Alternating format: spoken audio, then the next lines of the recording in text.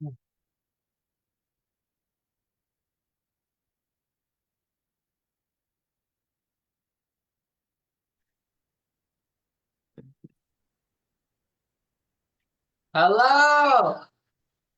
Hello, I'm sorry I haven't been for weeks.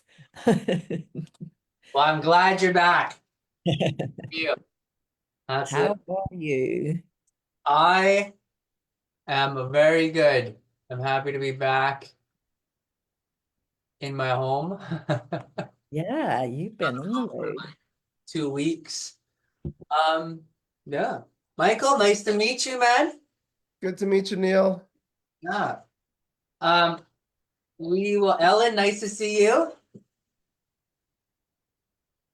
Hi, hi. Nice to see you too. Yeah. Uh, nice. I guess we'll just wait a couple. Yeah, so it's been a while here, so I don't know if you want to. Devin, nice to see you, man. On the road, but still here. Consistent. I love it. Um, I guess we've been away for 2 weeks, so I just want to see if anyone has anything that they want to kind of like catch up on, anything they want to talk about that's happened in the last 2 weeks that was super cool that you felt connects to this.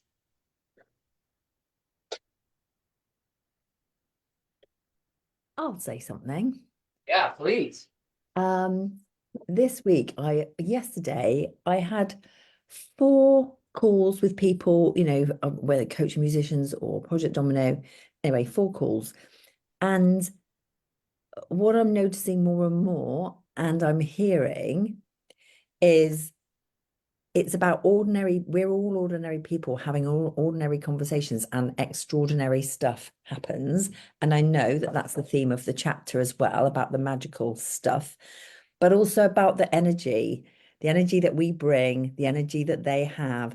And like, it's been weeks since I've been in this group, and I feel lifted instantly because of the energy. So if we can create that sense of the people around us feel good when they're with us, they're going to want to be with us more. So to just focus on the energy that you give out, the energy that is reflected back, because there's no getting away from the story. Some days I'm like, oh, I'm so tired. And like everything's just like, by the end of the day, I'm so tired and I'm dozy. I was like, do you know what? It's not true. I've just been for a swim. The sea was flipping freezing, but at least I'll be bright and bushy-tailed now. To bring an energy. Yeah. And the other thing was, no matter who you're, if you have a coach, you can always have other conversations with other coaches. So I talked to 2 coaches yesterday, and though that ended up being, they actually coached me, and I hadn't expected it, but it was a natural thing that happened. And if you don't have a coach, everyone should have a coach, because we're coaches, so we support that. So why wouldn't we? But also those other conversations that happen, there's so much unexpected richness in those conversations. And I don't know whether it's, in a new conversation, people are listening to you maybe in a different way. And I talked about stuff yesterday that I haven't talked about, in 40 weeks with Nick so far. Stuff in the listening. And so I think I'm so glad that I'm able to make it this week, and that it's this chapter. Well, it's a big chapter, Neil. I feel like Yeah. we're going to be here till next Tuesday. Yeah, absolutely. I've been grappling with how to tackle this particular chapter. It's like, should we do more than one session? I'm not sure. We're gonna play it by ear and see what happens. And just for Aiden and Michael here, I just kind of want to build a little bit of context and like try to create this situation for you guys so that it's valuable for you. I'm sure you heard from Devin kind of some of the ideas maybe that kind of attracted you into the situation.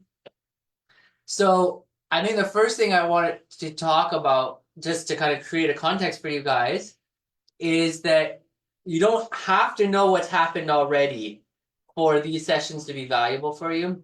Kind of in the same way that Kate was just talking about energy, or like the essence, the nature of kind of the situation. The energy that happens in these conversations is probably the real seed. Like how you feel in the conversation, what insights come through, and how you connect to the conversation is almost more important than the content of the conversation.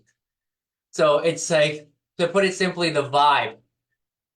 And then I guess to go a little bit further, even though there's a lot of coaches in this group, and maybe you guys are coaches too, there is like a formula to me that kind of undergirds this whole thing, that kind of supports it, which is the concept of the prosperous person. So we use the book to kind of like understand this prosperous person formula, which I think is like a deeper part of the book. And I kind of consider, have you guys read this book? A little bit? Okay. Kind of checking it out right now. Okay, so to me, it's like a multi-dimensional book. And I'm also not just saying this for you guys, so don't worry. I'm also pointing this out to anybody who happens to be checking out this video. It's like a multi-dimensional book to me. There's so many layers in here, so much nuance, and so much humanity that you can use it in all different aspects of your life. So even if you're not a coach, even if you are a coach, you can look at it from multiple perspectives. So I'm basically trying to say, like, welcome aboard. And even if you're only here for one conversation, this one conversation can have so much depth just on a human level. So don't think that you don't have something to say or that you need to play catch up. It's really not like that. If you connect to the feeling, then you're already ahead of the game. Okay, so with that, does that make sense to you guys? Like, guys have been here before, like Devin and Ellen, Kate, does that kind of resonate with you guys? Okay, cool. Because it's not just, the other thing is, it's not just about me. This is like this is a co-created experience. So yeah, and just one thing I wanted to say too, which I have kind of, there's been brief glimpses of, but I got to meet Devin in real life. He's very tall, which is fantastic. You don't notice that when I had a feeling. Layla was like, we were walking to the restaurant where we were going to meet Devin, and she's like, I'm pretty sure he's really tall, but wouldn't it be crazy if he's actually really short? And we thought that that was just really funny because you never know with the computers, right? Like, there's no. So you got to have a fantastic lunch or dinner, sorry, with him and the crew that he's on tour with. And it really set the tone for why we were down in Seattle, because Layla is my girlfriend, and she comes to these sessions as well. One of the reasons why she had gone down to Texas was because of these kind of these forums, these conversations. She had already had like the desire to do it, but through so many conversations, it really just became inevitable. So in a sense, like the prosperous person formula really worked. She communicated with a lot of people, she networked, she used the whole kind of formula that you'll find in the book about connecting, inviting, having a powerful conversation, and then kind of proposing ideas. She used all of that while she was down in Texas. And it all kind of started off, the intention was really set in the conversation we had, like the situation of seeing Devin, seeing another Hummingbird member. It made it real. It went from this whole thing was a thought, and then we started having these conversations, and then they've turned into action. So that, and then it's manifested results. Like Layla is booking a Texas tour right now for us to go down there. So in very simply, the shit works. So if you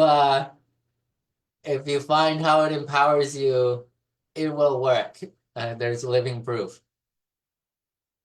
So, with that being said, let's kind of dig into this and see what happens.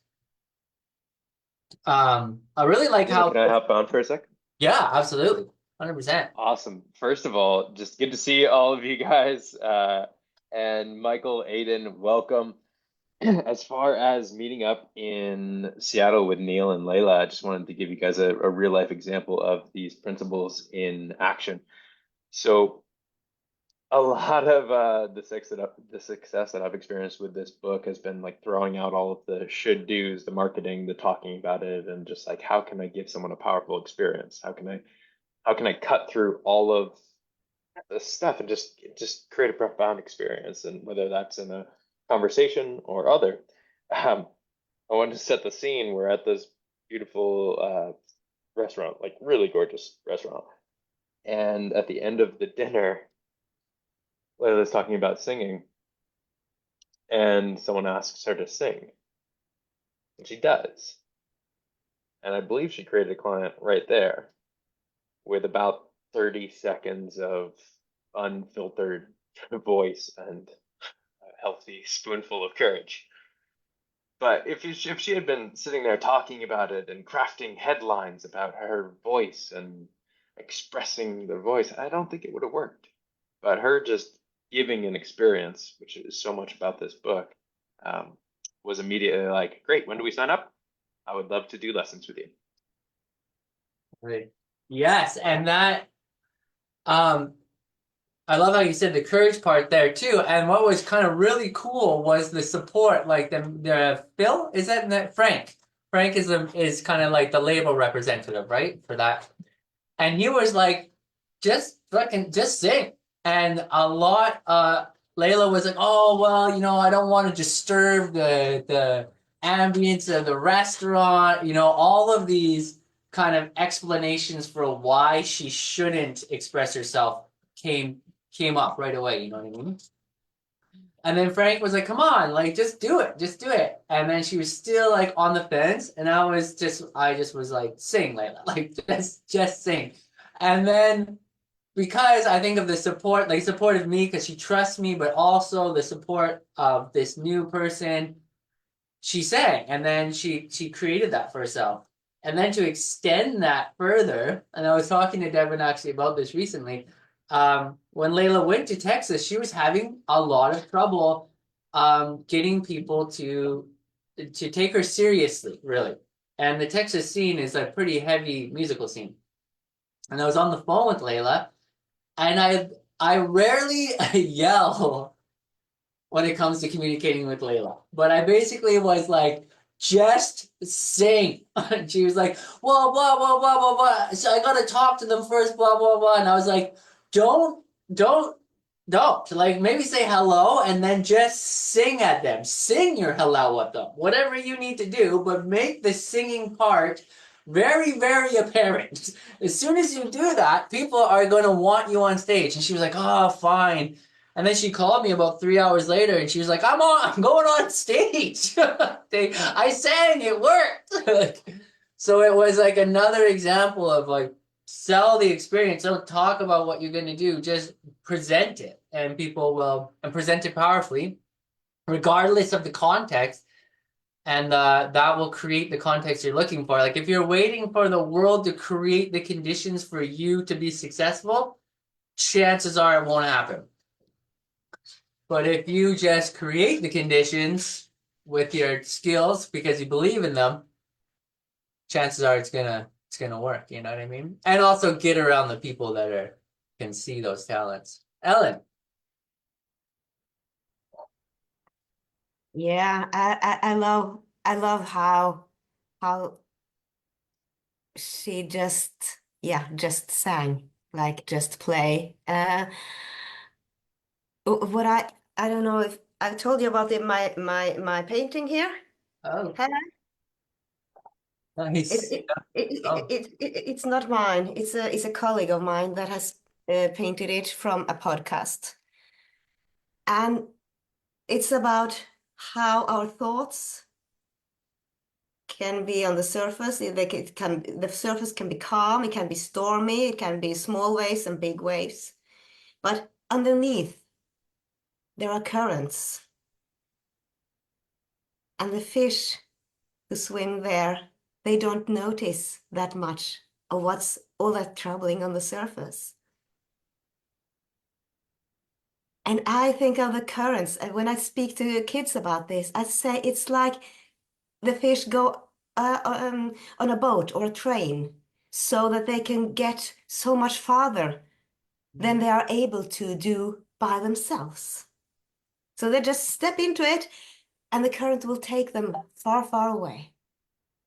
And I think of us being in flow as the same thing. I think the flow is always present, always. But the thoughts, our thought storms are hindering us in remembering that the flow is there. We can just tap into it at any time. And that's what came to mind when you when it's just sing, just play, just do it. Oops, yeah. When we just are, when we are being rather than thinking, we are human beings rather than human thinkings. I don't know. But the thing is, oh, sorry, I'm just. The most important thing of the ocean is on the bottom, because there it's safe and it's peaceful, and that's to know that nothing can harm us there, and that we all have that place in us. Because when we come from that place of peace, it's much easier to take that leap into the unknown flow to see what's happening when we know that we are safe. We are all this at the same time. We are as the ocean. But knowing that we are safe and knowing that the waves are on top, we don't have to be there with our thoughts all the time. We can go deeper in ourselves. And that's a huge relief for me. Yeah, and that's not I guess like it's easily said, not always as easily done. But tapping into that really is the when you said when Layla, we were just talking about how when we were at that restaurant, you just it took a minute, but then you sang for Devin and his crew, right? But there was Ellen was kind of saying those thought storms, all those things are oh, this is all the reasons why I shouldn't do it. You know what I mean? But then when you sang, it changed the whole dynamic. And that's it's kind of that deeper flow, like Ellen's saying. And it just definitely takes a hell of a lot further than those stormy thoughts do. Tatiana. I will try and make this very quick because I do want to get to the chapter as well. Because it is kind of related to the whole magic of it. Like you said, I really, really appreciate this group. We had a little break there, which was kind of perfectly timed with things just happening in my life that I wasn't able to get on these calls anyways last week. But yeah, just I love what Ellen said there of remembering to get in flow and that not to be stuck up in our thoughts and thinking and trying to figure things out. And literally, so coincidentally, synchronicities this morning, I'm couldn't sleep. Things are kind of shifting in my life, and hilariously, we're considering possibly moving to Texas because things are just, for our industry, voiceover and audio stuff, like you're saying, it's kind of a bigger place down there. And especially for voice acting, one of the bigger production companies that does anime is down in Texas. So for me and my husband, that's kind of where our industry is at. And with things kind of going on in BC, it's not really working for our careers or just our lifestyle. So I'm wow, hilariously, just getting onto this call is like confirming I'm literally that flow, that just thought this morning of like, maybe we should look at some places down there. My parents thought of moving there when they were my age. Maybe it's time we think of something new. And they were afraid. And I'm not scared. I'm not scared of going down to the States. I've been there so many times. I know what the culture's like. But that's what most of my family, they're afraid of going down there because it's a different culture. And I'm like, hey, with how things are going, I think that it could be a huge opportunity for our family just to have all of the things that we've wanted. And just like Ellen was saying, going into the flow, not thinking, just letting these things actually happen. Because the thinking of it, the thinking of how do I make it work here? How do I make it happen wasn't working. But letting it just flow, an idea, and then be kind of almost confirmed in those ideas of just these little synchronicities everywhere. That's kind of the magic that happens within this group. And yeah, like I joined in kind of like session, I don't know, like 18 or something like that. So I missed a huge chunk of the beginning. And since then, though, everything that I have participated in has enhanced so much of my life, so much of just how I tackle my issues and my problems, and the prosperous life of the whole purpose of this book. It's not just about being the coach. It can apply to every aspect of your life, because right now I'm not really coaching anything, but I'm using all of this in my own life, basically coaching myself, and these meetings really just reaffirm that I'm doing the right thing, and that I don't have to worry so much of like thinking, what do I do? It's going to come. When I get into that flow, it will happen. So thank you so much. I love this group, and let's keep going. And yeah, whoever else needs to go up, or let's go into that chapter. Yeah, I love that, and it really is true. It can seem the opposite too. Like, what I should think it out. I should have a strategy first. Like it's like Layla did. It's like sometimes you gotta book the tickets and figure it out as you go, and then you get a much better strategy because you're actually boots on the ground. You're really actually there rather than imagining what you're gonna have to deal with. Like you're just a little bit brave to meet the moment and believe in yourself. Okay, and I think that that's great because that says a lot about this chapter and what we're talking about here. So this is a super long chapter, so we're just gonna flow. Let's see what happens. Which I think that we are fully capable of. Okay, so this one is by Rich, and if you haven't already noticed, Rich and Chandler have a very different kind of approach, and the book is really cool that way. It's almost two books intertwined. So I'm just going to read it out and we're going to go along.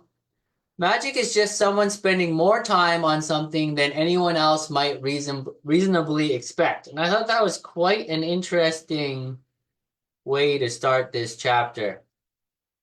I thought about that for quite a while.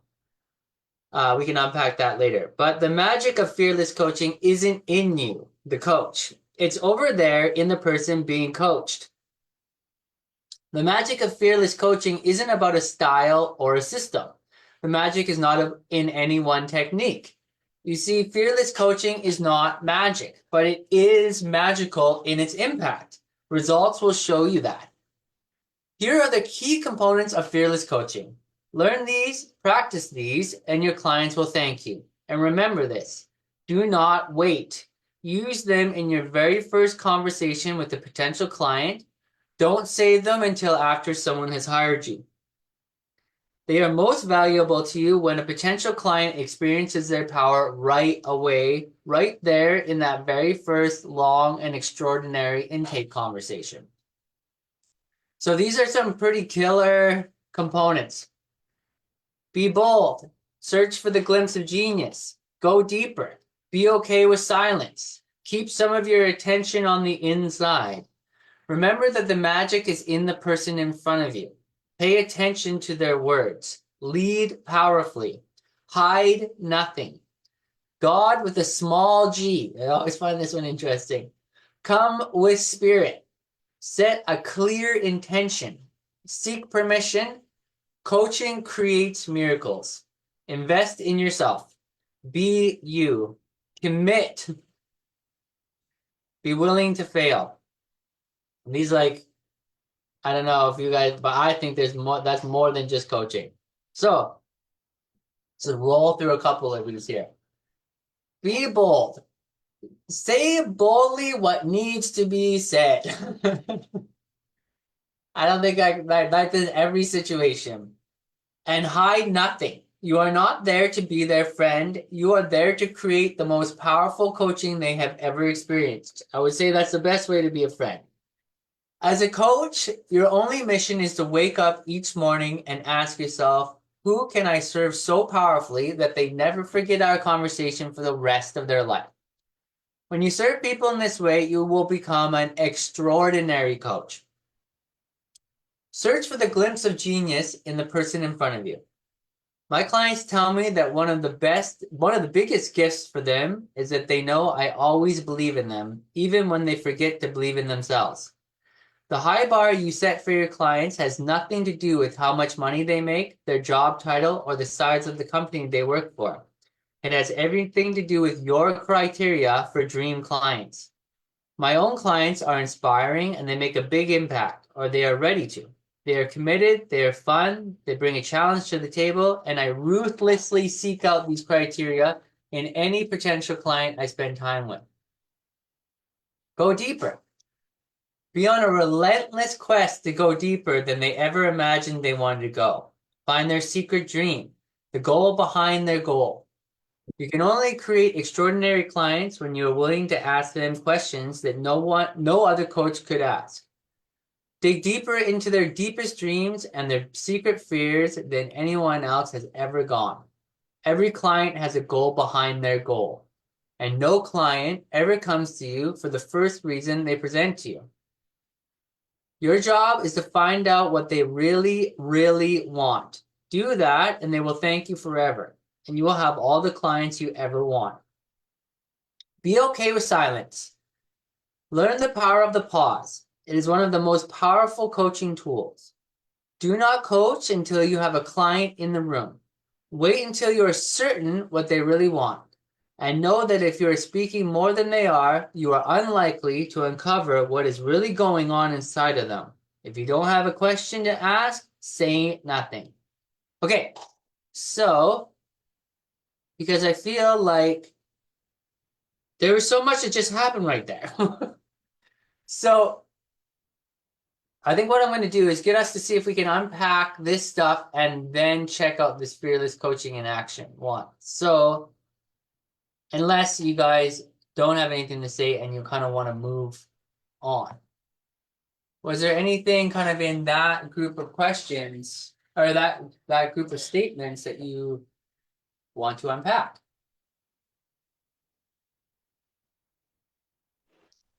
I might speak to it just a little bit. Yeah. Well, I just had an attempt at meeting with a client that I've been sort of talking to for a while and trying to get him to commit to actually work on what he wants to work on. And I did have a few moments today where he was kind of briefly saying what he wanted. And I think the word confidence was the one word that I latched onto. And then he went off and was talking about people at the bar being, unfriendly. And I was just like, all right, so let's get back to so like confidence. It was so difficult to break through just to get him to talk more about that. And he had health issues and stuff that he was listing off. Oh, maybe like in a couple of weeks we could start working together because I got to get my blood test. I got to do this and all that. So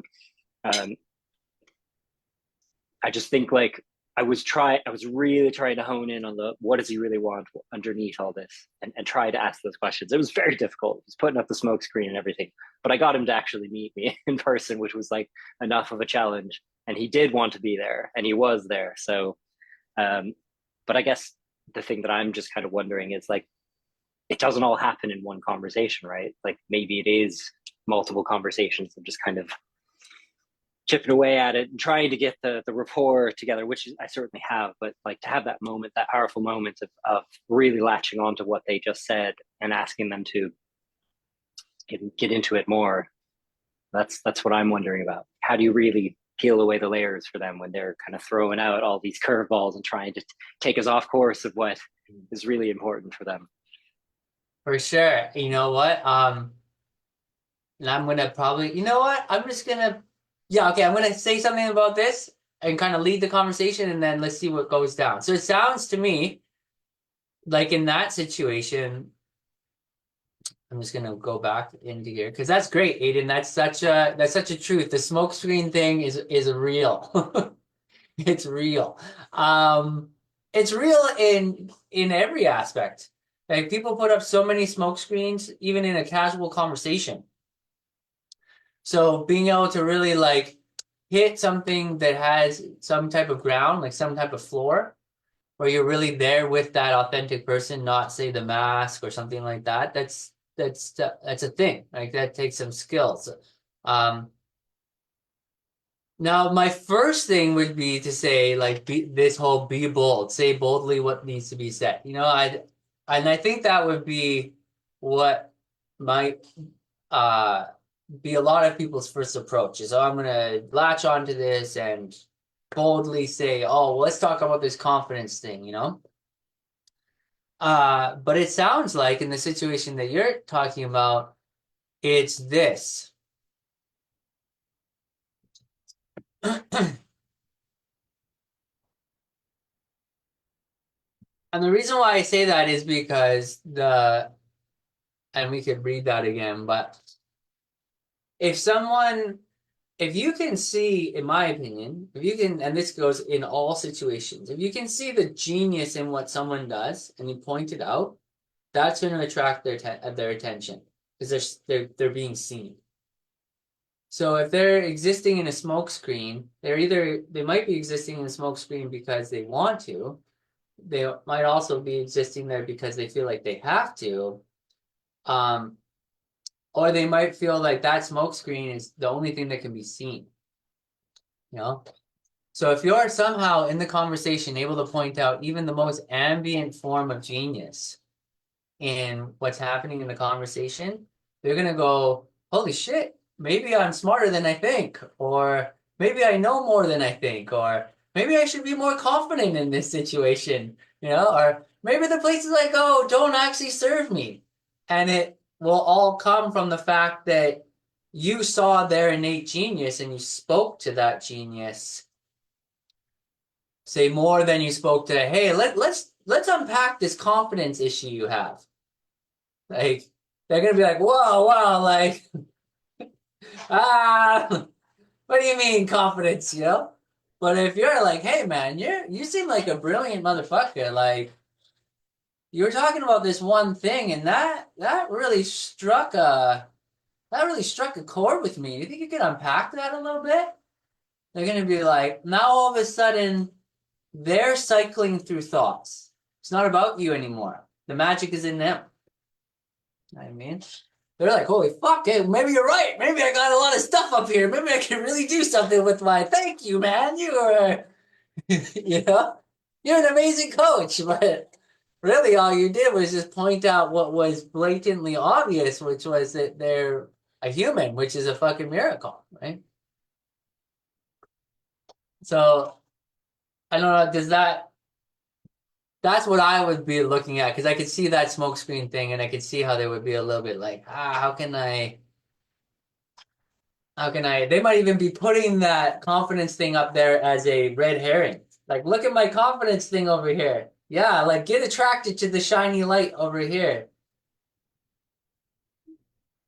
Yeah, well, I think the confidence thing was actually more in response to me asking the question of like what do you really want? You know, how would it feel if you did this thing? You know, if you pursued music, if you actually started doing it, you know. And he was talking about, oh, but you know, I have the confidence of like singing in front of people, you know, because I haven't sung in front of my parents, or and you know, I'm usually drunk or stoned when I'm singing, and you know, and so I was like trying to like kind of go like, okay, dodge, yeah, okay, right. So confidence here, like you know, like trying to get to the bigger picture of like, if you were to express yourself in this way, you'd be, you know, stepping more boldly in your life, more confidence in that regard. So he didn't just say confidence out of, you know, the blue. I don't think it was a red herring. But it was all the other stuff that he was saying that I was just trying to sweep aside, like, or like understanding, like, okay, yeah, health stuff is important. Yeah, no, I get like the work stress and all that or whatnot, but like also just trying to get back to like what's really important for you. That's So- really, yeah. And I hear that. And it sounds like, um, you know what? And I love that. And I'm gonna pass the mic because I feel like I want to hear what other people have to say. Devin, you put your hand down. So were you just kind of like, I'm cool with it, or? I'm happy to speak to this. Would you be able to pull up your screen and share screen? Yeah, heck I yeah. think there were a few of those principles that I wanted to just highlight and underline that felt really relevant. And maybe without the descriptions, just go up to the main list of the 18. Yes. All right. All right. So this like go deeper, lead powerfully, ask for permission. Those are the things that stood out to me. And this seek permission and to be bold, there's a practical aspect of that in the setup of the conversation and in the context of the conversation that can create the right conditions. Like they can create the conditions for a breakthrough. That it's like, hey, this is why we're here. This is probably not like a conversation that you may have had before, but this is how this works. And I think if we don't set that up, and if we don't ask for permission, and if we don't give them a working definition of what to expect, like, hey, this is coaching for me. Do we have an agreement to move forward with this kind of conversation?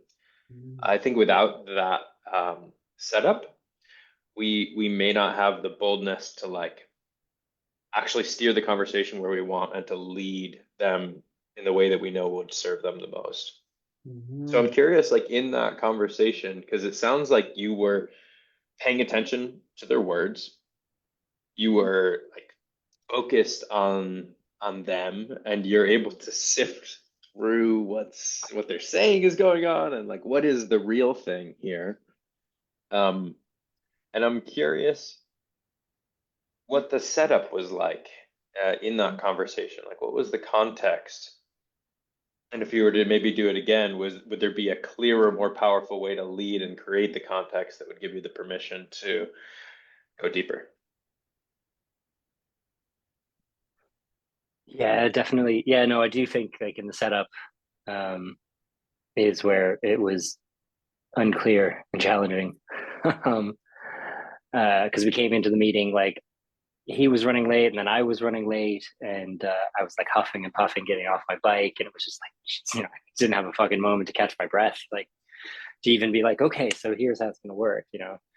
I think like I keep having these interactions with people that I could see as clients in person in real life here in Ireland, where it's like they're just playing dodgeball. They're just really, they want to do it their own way. Like if it were more of a cold call or more like someone coming out of the blue to me because I kind of already had the preemptive understanding, oh, this guy's a coach, like I'm gonna have a conversation with him, see how I feel about this. I feel like it would just already be easier to start the conversation. Whereas here I'm going like, all right, you're trying to be my friend, you're trying to tell me about all these other things in your life, and wait, hang on, like how do I set the stage?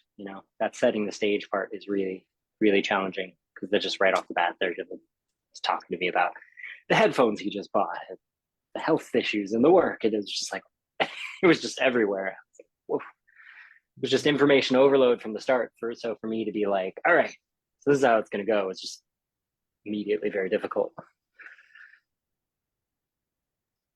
Yeah, briefly on that last line, like if I were to just rewind 30 seconds of, hey, this is how this is going to go.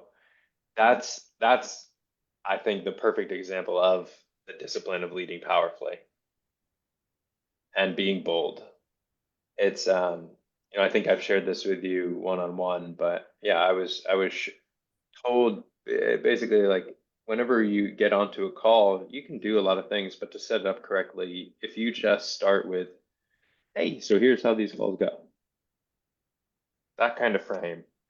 And also there's another added layer of complexity because you're meeting them in a different context and you're meeting them in person. And if things are late, like that's a different container than, hey, they booked on your link, they're there for a specific reason. You're able to have a call, you're able to have like this is a different sort of thing. So you're navigating, this is like 300 level conversations. But so just yeah, acknowledge that this is probably the most challenging it will be to set the context. And if you're able to lead in those moments, even if they are late, even if you are late, and I would say probably the smartest thing that I could think of would be like, this has happened. And I'm like, hey, let's both take a moment. We're both rushing into this. This is why we're here. Let's use this next X amount of time, like really deliberately. Here's how I see this would serve you the best, but ultimately this is for you. And just that little framing, I think, goes a long way. I'm curious to hear kind of other people's experience with setting the frame and how necessary it might be. Layla, you were, I'll push you a little bit. You had your hand up too. Did you want to speak to that or? Hey, Philip. Hi, everyone. Yeah, that's setting the frame is so important. And hi, Aiden, I don't know you. My name's Layla. Just before I start, like, oh man, hi. Yeah, the piece that you say about like what the reason why I rose my hand, I don't want to take away from Devin's great question though, because the frame is so important. So just keep that in your head.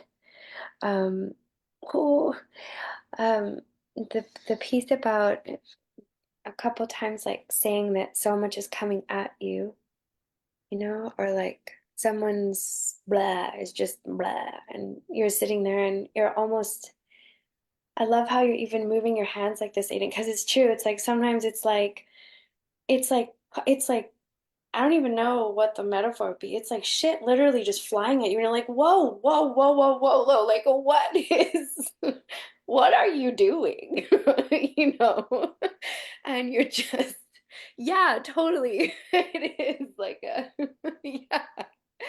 Um, yeah, defense blocking, So I think sometimes, yes, setting the scene is super important. That won't necessarily stop someone from bleh, because sometimes in the first or third or 20th conversation that you have someone, they literally are, I find at least, that I am a person that they trust, that they can come to and do all of that, and that at some point they know that they'll either in themselves find a sense of clarity because of, for example, how I stay very silent, like be okay with silence. I will just let someone, I don't even do this anymore. They'll just blah. And I have 2 kids, so I can really easily like plug my ears without actually doing it with my fingers. So I can just be sitting there and letting them go. I'm not plugged eared entirely because I'm also listening for those little gems that might reveal themselves. But being able, that part, there's another one in here. I'm looking at the list over here. Paying attention to their words. You can only do that if you stay very silent. Keeping some of your attention on the inside as well, like being able to be silent, listening to their words, and also be like, have I felt in me that any of this is important yet? you know?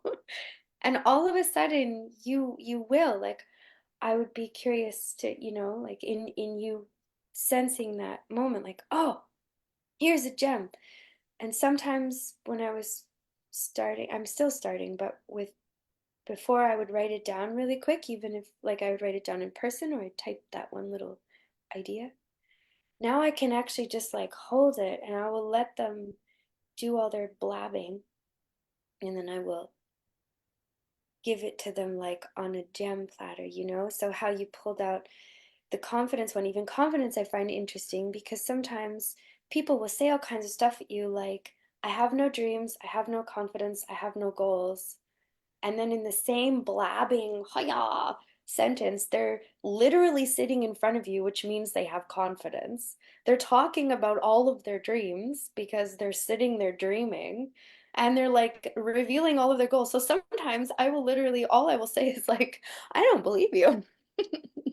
And that's where the boldness, you know, or the hiding nothing comes from, where I will just be like, no, I call bullshit. And that sometimes is all that a person needs for them to be like, oh, fuck, you're so fucking right. Okay, here's what I want to do, you know. But I wouldn't, I I actually love when people are blah, blah, blah. I personally, Aiden, I welcome it because it is an unencumbered, they're just telling you all the shit and it's storming. And I think in that same way that Ellen, you were talking when I jumped on about like the thought storm, that sometimes is where people are to get them to that place you spoke of, like that ocean. We are the ones who lead them there as that other one leading powerfully. We're like the bright beacon in their fucking crazy storm, but we're not there to, you know, what's not on this list is tell them what to do, is it? I don't think that's on the list. And that's something to really remember, you know, that we can't. Like I could have a million solutions for you, Aiden. I would think of 1,000. Anybody says a problem, I would be like, oh, I have fucking 5,000 solutions for you.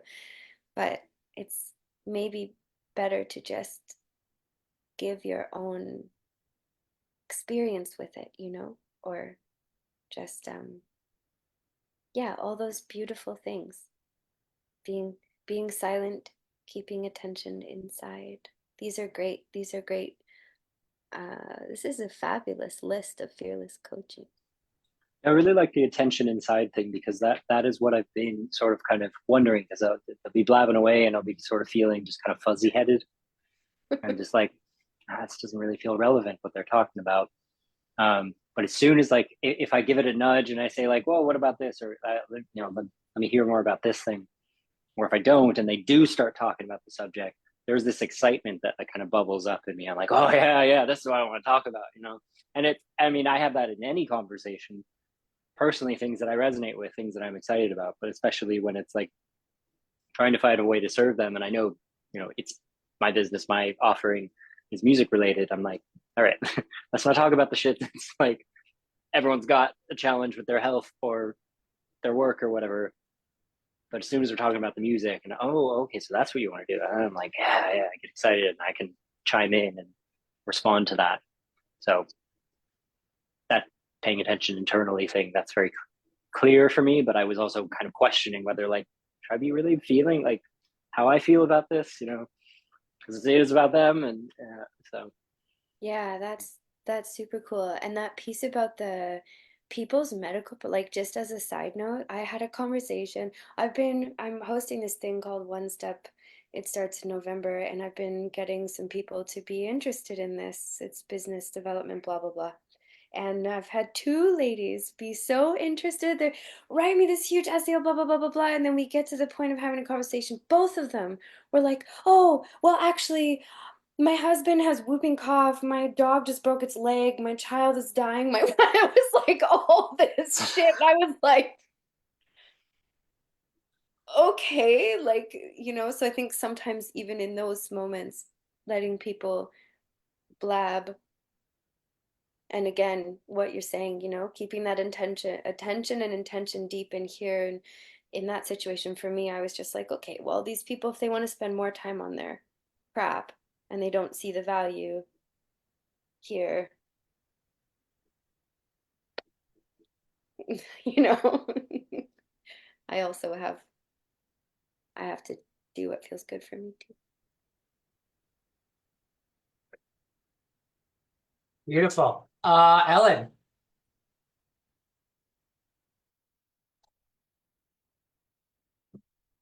Oh, I think you are muted, Ellen. I guess I am. I teach fourth graders in well-being in elementary school. And I can promise you, they'll raise their hand a lot of times and yada, yada, yada, yada, yada, yada. The thing is that a lot of the time I would get my own thoughts going, well, okay, this has nothing to do with what we are talking about at all. But then they make a slight turn and they say something that to the teacher, their usual teacher might not look at that as fitting at all, but I can twist it. I can twist it and turn it into something that's valuable, not just for them, but for the whole class. So when all this chattering is going on, what we can do, in addition to what Leila says about coming from here, bringing our piece as a beacon for them to see their own, but we can also improve our listening. So the deeper we are able to listen and to see the glimpses of genius in what they are saying, even though it might seem like all over the place, there will always be something if you just listen deeply enough. And that's something that you can do without them. They can go all over the place. And then maybe it's at some point you could say, okay, how do you think this relates to your music? Because I'm sure there will be. I'm sure there will be something there that they can relate to the music. Because music is everything. So, but then it makes them stop for a second. And that question forces them to go deeper in themselves, to see a little bit more than just what's on the surface. And that could be an entrance to go deeper. Yes, music is life, music is love, it's everything. Yeah, Kate. Yeah, what's the problem here?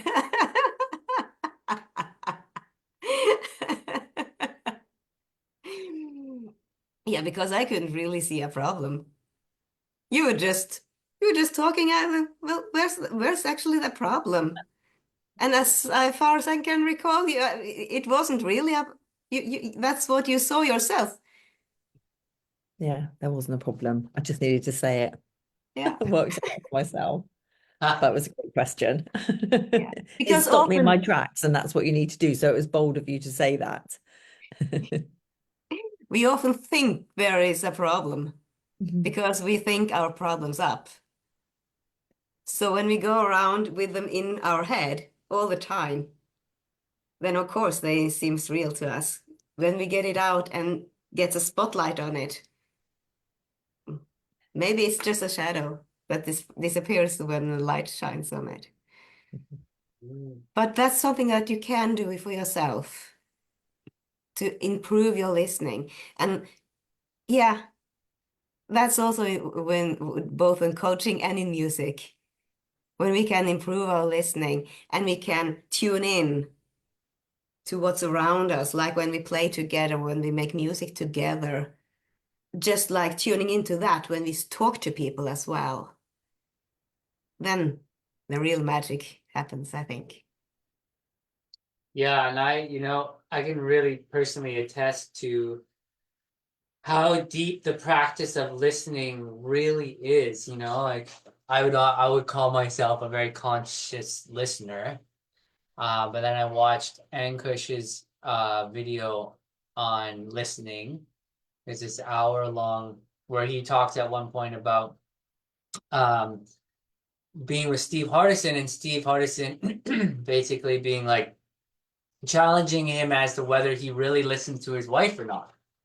And he was like, of course I listen to my wife. Like, I love her. She's the most important person in my world, kind of thing.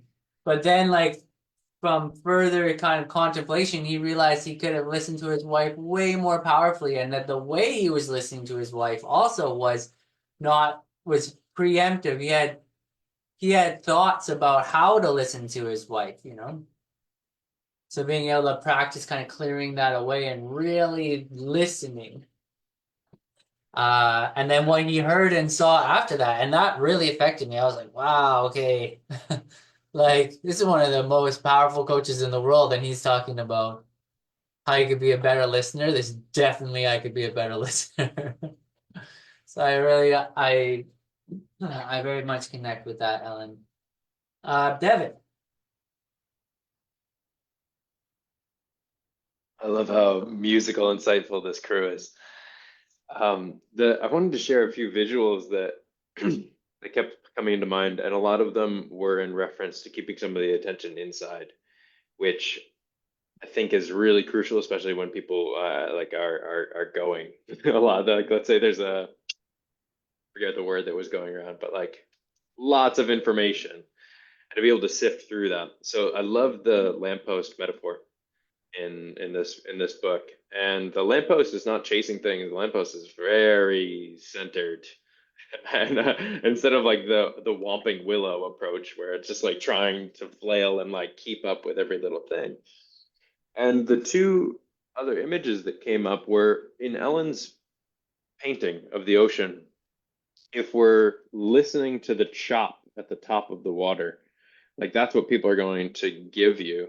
But if we are also there, it's just choppy and we have a high level conversation that is not probably very impactful. And we address these little pieces. And I think if we're able to show up with enough, I guess like presence and internal awareness that we're at a deeper level underneath the chop of the ocean ourselves.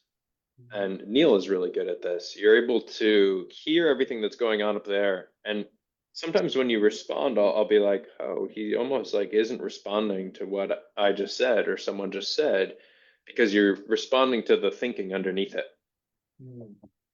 or you're responding to a deeper awareness. And that's really beautiful. And the last image that I'll share with you guys is like when it's just coming and there's just tons of information and you're like, what is relevant? What is not? What are we doing here? I'm getting overwhelmed.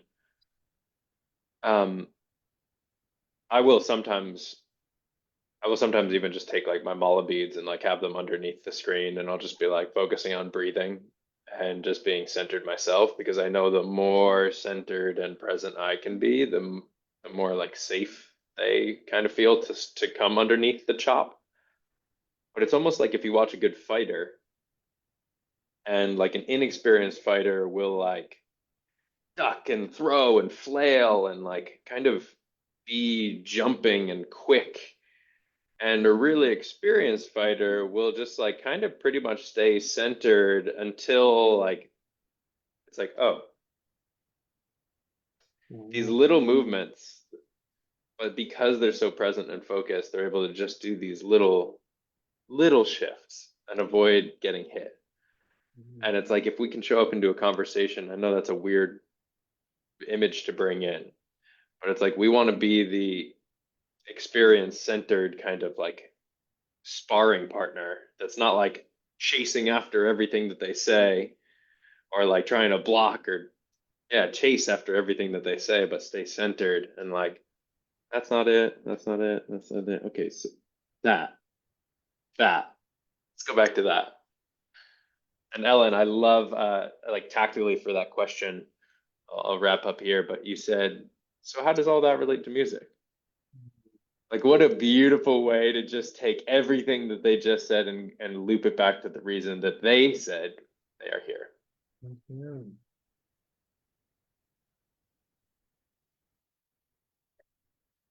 So powerful. So powerful. I love that. Yeah, right in the pocket. Just stay in the pocket. And then eventually they're gonna crack.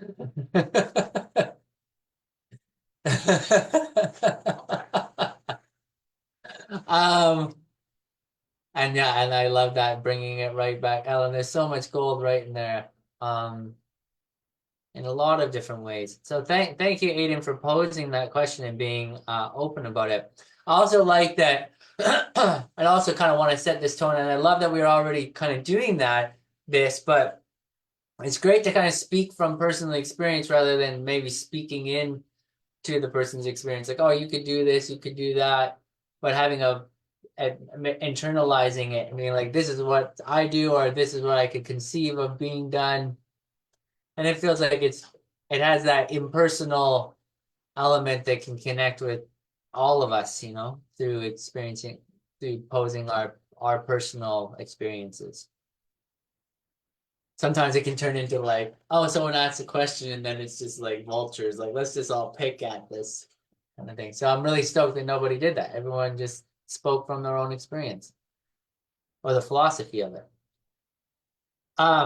Okay, so just going back to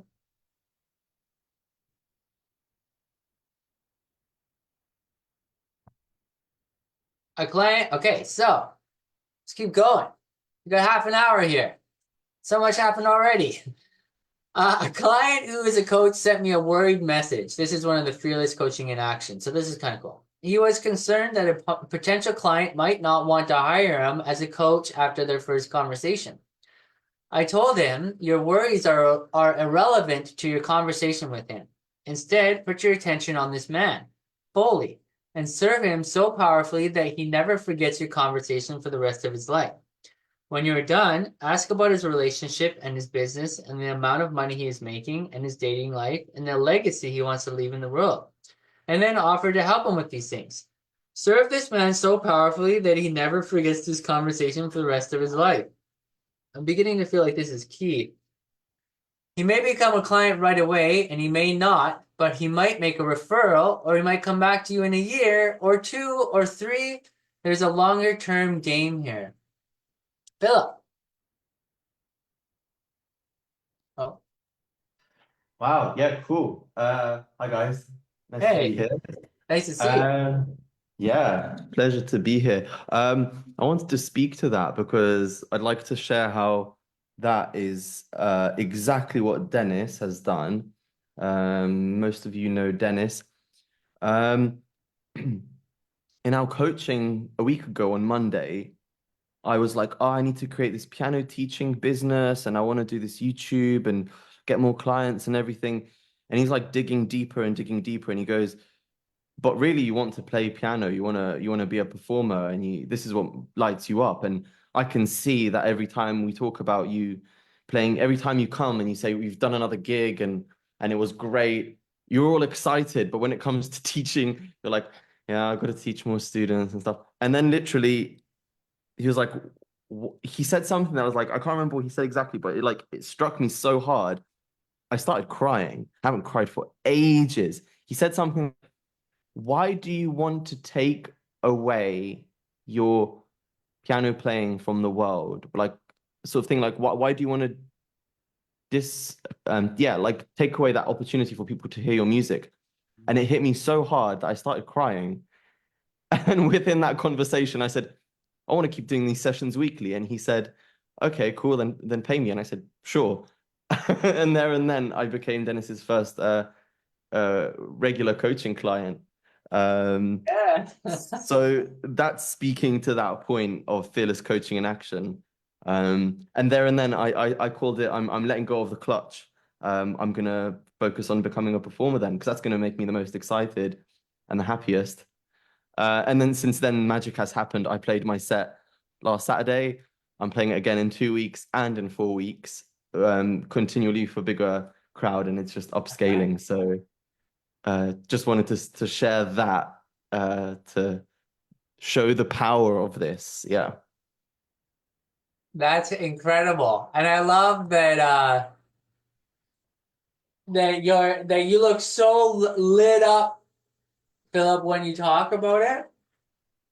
You look so lit up when you talk about the coaching and when you talk about your performing. So talk about a double light up. Like, yeah, exactly.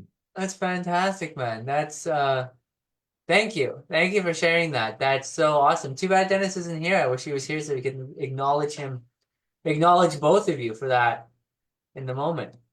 Yeah, he'll be here next time, I guess. Yeah. Well, still, that's, yeah.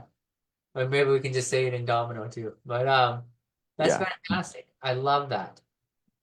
And I can't wait to hear you play sometime. That's gonna be so cool too. Come to Uh, Canada. Or we'll I come, got Layla and I are gonna come to it in I've got London. the Saturday's recording saved and I've done high quality audio, so I'm gonna upload that and share that with the world. A lot of people have been asking to see my set, so yeah, that will be up. Fantastic. I am located in Warsaw, but I'm from London. But I'm living like my best life in Poland right now. Nice. Oh yeah. Okay, let's keep going here. That's great. So keep some of your attention on the inside. What you're feeling on the inside is an incredible coaching tool. We are all deeply connected. So keep a small percentage of your attention on the inside of your body. Slow down, because what you are feeling, what they are feeling, you are too. Don't be afraid to use your intuition. Don't be afraid to say what feels uncomfortable. Don't be afraid to let the person in front of you acknowledge feeling uncomfortable. So it's cool that, going through there's going to be some rocky points. Remember that the magic is in the person in front of you. If you give them your absolute, full, undivided attention and you get really present, your inner wisdom will tell you where to go next. Listening is the most underrated. Oh, here we go. Here's what Ellen was saying. Listening is the most underrated skill for a coach. You do not need to be an expert in your client's life or business. They didn't hire you to be a consultant. They hired a coach. I have coached CEOs, soldiers, Hollywood execs, and Olympic athletes, and I didn't have to know anything about what they did in order to help them create remarkable results. In fact, as a coach, one of your gifts is that you know less about their business than they do. So don't be afraid to say nothing or even to ask questions that seem obvious.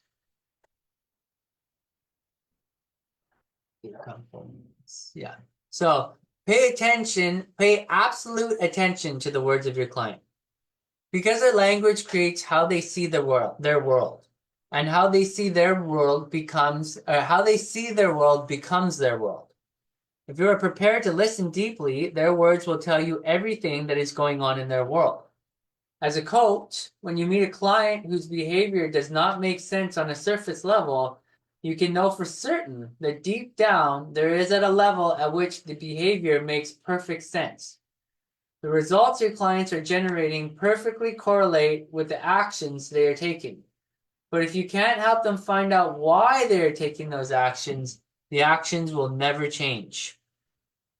Pay rapt attention to their words because their words will tell you where they are focusing.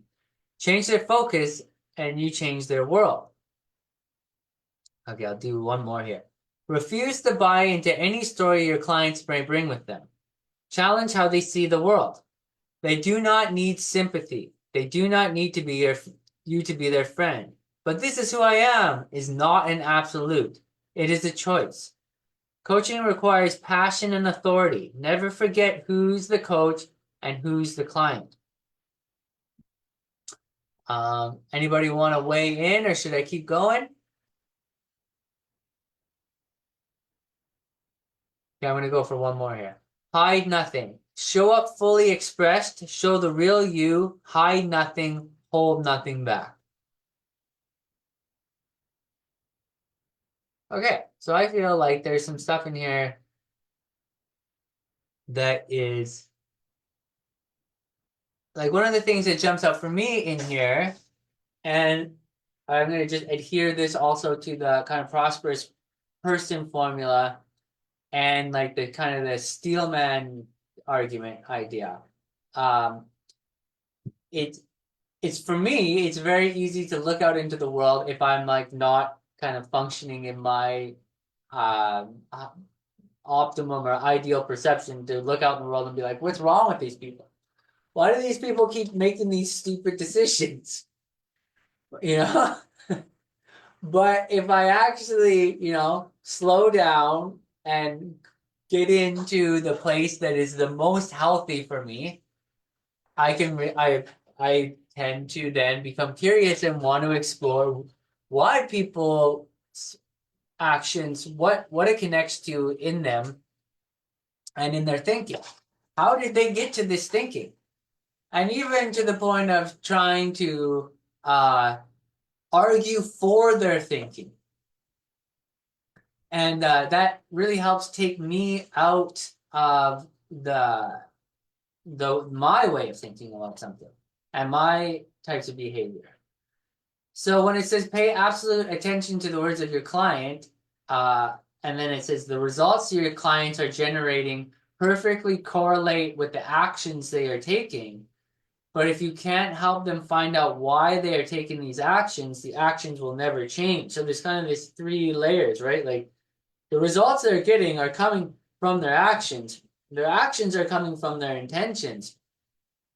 If you don't know what their intentions really are, then you can't really help them and you can't really understand them. And sometimes people's intentions are even a bit of a mystery to them, like to themselves. My intentions can be a bit of a mystery to myself. So I look at that on kind of like a global political level, on a personal level, like on a relationship level. So I find that an interesting little part of coaching. Or I just talk, or just like communicating. Ellen. I'm not quite sure if I agree with that we have to understand exactly what their intentions are in order for them to change. Sometimes it's enough to just understand the basics. Okay, if you have an intention that where does that come from? How true is it? In general, that you can unpack things at both a detailed level and a more foundational, so to speak, ground floor level. So, because if you go too specific, then you might get the client even more lost in their story about this is a problem, like Kate. Maybe there isn't a problem. Maybe we don't have to go that deep all the time. Sometimes it's really useful, but I don't think it's always necessary to go specific into details. I've experienced that when I just talk about thoughts and feelings and where our actions are coming from in general, and our fears, not at least our anxiety, what is that in general? Where is it coming from in general? And then the client comes next week and says, you know what? I challenged myself to go into the deep water that I told you last week that I was so scared about. And I just did it. And I remembered at one time, but then I saw this is just a thought. And the thought is trying to protect me. So, but I'm safe. So I don't have to be as scared. It just went away. She did it on her own after we had made a foundation. And I think that's what really impacts people when they get the feeling that I'm doing this myself. Because a coach is a catalyst. We are not the doer. So if the client can feel that kind of mastery of their own life, of their own challenges, that's the best part. And we are to spot the genius in them, but we ought to shine the light on it so that they can see that for themselves. And I think that is actually, I love this chapter. I think this is the most useful chapter I've read so far in the Prosperous Coach. And I think we could almost have a weekly session on each of all these, what is it, 16, 18 topics. And just knowing about them, being conscious of them, seeing that, oh, well, how can I improve my consciousness and skills around this thing? How do I show up like this? How about this? What is it that I can do even better? Just being aware of these topics, I find extremely valuable. And And I then like, you'll always have something to work with there. and I really like what you're saying there, Ellen, about kind of like the flavor of people's thinking. Like you don't have to know the specifics. Sometimes you're right, the specifics is just getting too deep into the weeds, like too deep into their personal story, and then you might even get convinced of the merit of their personal story or something like that. Yeah, I love that. I absolutely love that. Spot on. Philip, you kind of had something, I think that you wanted to jump in there too with that. Yeah, with regards to this point, I've kind of changed the way I have this dialogue with myself, thanks to the coaching sort of paradigm, because I'm sort of like, wow, I've got this this piano teaching business, and I've got this accounting challenge, and I've got this timetabling and scheduling and contracts challenge, and it's all a mess. And I kind of found myself at some point with coaching. I don't know if there's a question at the end of this rainbow, but I kind of changed, I reframed it to like, oh my gosh, this is such a mess. I really don't know what I'm doing. Did I do this the wrong way? Is there a better way to do it? To like go like, yeah, you're trying to build a really big, fancy, complicated house, and right now you're looking at a schematic and you're sort of pouring the foundation. It's like, well, yeah, it's going to be challenging what you're trying to do. And in the process of kind of talking it out, and I've talked it out with friends and with coaches as well, I got to the point where I'm like, rather than attacking myself for thinking like, oh, am I doing this the wrong way? Kind of reframing it to like, yeah, this is complicated. Yeah, this is a challenge. Yeah, this is hard work. Yes, this is incredibly rewarding and incredibly important what I'm doing. Right. So yeah, because I mean, the thing is like when I had this feeling like when I was talking and I was kind of speaking it out into the world, like, am I just asking for validation? Am I asking for the coach to come in and help me fix the problem? Or am I just seeking to solve the problem myself, or maybe be more patient with myself and just accept that it's just going to take time? Like, it's not something that I'm going to snap my fingers and do overnight. It takes a lot of time, effort, and consistency before I build this house to the degree that I wanted to. So I'm not sure if there was a question in there. I don't know if you can speak to that, Neil. You don't need to have a question, Philip.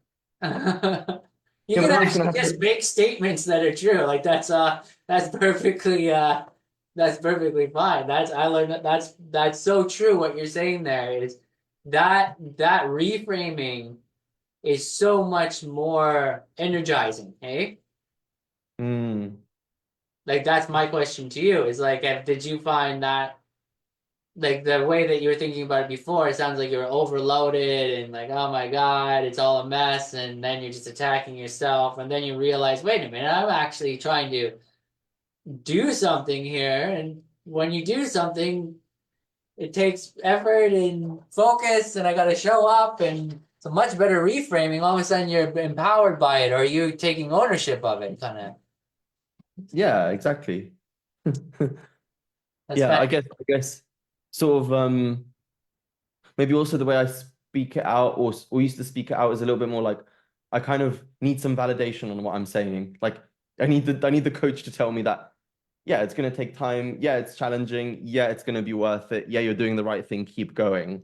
But now I guess I'm my own validation in that equation. Nuts. Nice. So you're also you're empowered. I'm about You're empowered. empowered. You're empowered. I am. It's coming from Yeah, I am inside. empowered. Yeah, That's a but great yeah, that's a great that's reframe. that's fantastic. Cool. And I love that I love that you didn't have a question, that was just a statement of your being and where you are with things. Well, it's on point, and it's literally what's been coming up in my coaching. I used to think, actually, when I signed up for coaching with you, Neil, I was like, I'm gonna come at you with this big schematic of the house I want to build, and then you're gonna help show me where I'm gonna buy the bricks and where I'm gonna pour the foundation. And then it's like, no, you're kind of gonna show me that is a good schematic. If you want to build it, keep building it. Do it. Yeah, it's like you're doing it. Now you just got to keep going. Like, do you want support in keeping going? Because you're already there. It's not like you're lost. A saying that comes to mind is give a man a fish, he'll eat for a day, teach a man to fish, he'll eat for a lifetime, he'll something for a lifetime, that sort of self-empowerment. How do you see that? Teach a man to fish and he'll build a giant corporation made of fishes and become multi-millionaire. Well, just that validation thing you're talking about. I've been doing a lot of the writing for the coaching, the course service that I want to offer, teaching Ableton Live, and for songwriters who are feeling maybe disempowered by the process of recording themselves. And I've often found that like the wording that I wanted to use is that you're going to be able to do this yourself. Like, I'm going to teach you how to do it, and then you'll feel empowered to do it yourself. It'll be a skill that you'll have to do the big projects, the big ideas that you have. So I resonate with what you're saying there. Sharing like skills or what you said, I think validation can be a bit underrated. Well, yeah, I do have a bit of a thing about seeking validation, but I think actually you putting that connection in with the teach a man to fish thing, I'm gonna think on that and see where I arrive to with my thoughts. That's a good one. Yeah, thank you. No, it's one that's like stuck with me since like my earliest schooling days. Like, hearing that, I thought like, oh yeah, that's a good point. You can give someone food, but if they don't know how to provide themselves with food, then they'll starve the next day. And so like, kind of keeping your own buoyancy, your own fuel to keep going is really crucial. And I think that coaching can provide that a lot of times. The seeing your own innate value, even when you're facing something challenging like you're describing. I mean, I love your analogy of looking at the schematic and you're pouring the foundation. You're going like, this is a fucking big house. Like, how am I ever going to do this? Like, I mean, that's really true. Like, I feel that every day. I'm just like, every day, especially today, I was just so incredibly busy. And I'm coming off it going like, God, like, what did I even do? Like, have I accomplished anything with all that energy? It's like, okay, but it's like, it is in service to something bigger that I'm working on. So yes, I think there is something accomplished there. Keep going thing. It's like, it's not finished yet, but you're making strides. You're taking strides. That thing. I always need that. Yeah. And the way I see it as well is that like sometimes when you're building the house, like you might be like, yeah, we're just like, it's going to take 2 weeks to dig the foundation, pour the foundation, and we start putting bricks up. And it's like, oh, we've got to move that pipe. We've got to inform the neighbor. The truck's late, and it's like, oh, it's all of these delays. And it's like, I thought I was going to be done by now. It's like, well, you wanted to have a solid house. This is the process. Like, yeah, that's how I feel about album recording. Album recording, it's like building the house. Yeah. So because then once the bases are done, sometimes the walls go up really fast. That's what I just keep reminding myself, like that exponential thing. Once the foundation is there, it's poof. Yeah, it's similar like trees, deep roots. It might take a while for the roots to grow, but then it can shoot up. Then it shoots up. Yep. Exactly. Oh yeah, guys, absolutely. Just one thing I wanted to point out. I love this conversation. Just Aiden, can you raise your hand in these situations? Because Layla has her hand raised, and I know she's super gracious about this, but just so I can keep everything kind of in the same, just like in order. I love what you had to say though. So, but I'm just trying to keep that kind of happy because otherwise people just start to jump in and things kind of they go one way, and I just want to try and keep it structured. Is that cool? Does that make sense? Okay, cool. But I love what you had to say. Just so you know, I love what you had to say, and you spoke exact right to what Philip had to say. So I love that too. Layla. The one that we were talking about where you were saying if you can't help at the end of I'm just looking at the chapter over here, number 7, and it says if you can't help them find out why they're taking those actions. Like I think that's the key of that whole one and of coaching and maybe this like whole concept of like living a prosperous life is like if you can't help, if you can't, it's really not always about what you think the person can do. It's most of the time it's not about that. And it's so difficult to it's actually so fruitless to try to take someone's hand and give them the freaking key and be like, here, shove it in this locked door and this is how you turn it. And then you're going to see all these, changes or all these shifts. You can't do that. Like, you can't do that to a friend. You can't do that to a lover. You can't do that in a business relationship. You can't. It just doesn't work. And we want often we're encouraged to manage. And I think this piece that Philip was speaking to in a way, it's like we often want the validation pieces because maybe we feel, or Aiden was saying about like it's like maybe we feel somehow, at least for me, in moments of my past where I felt like in the victim seat, and even today, and even, moments where I still am growing through letting behind a need or a want, but just can you make a key for me?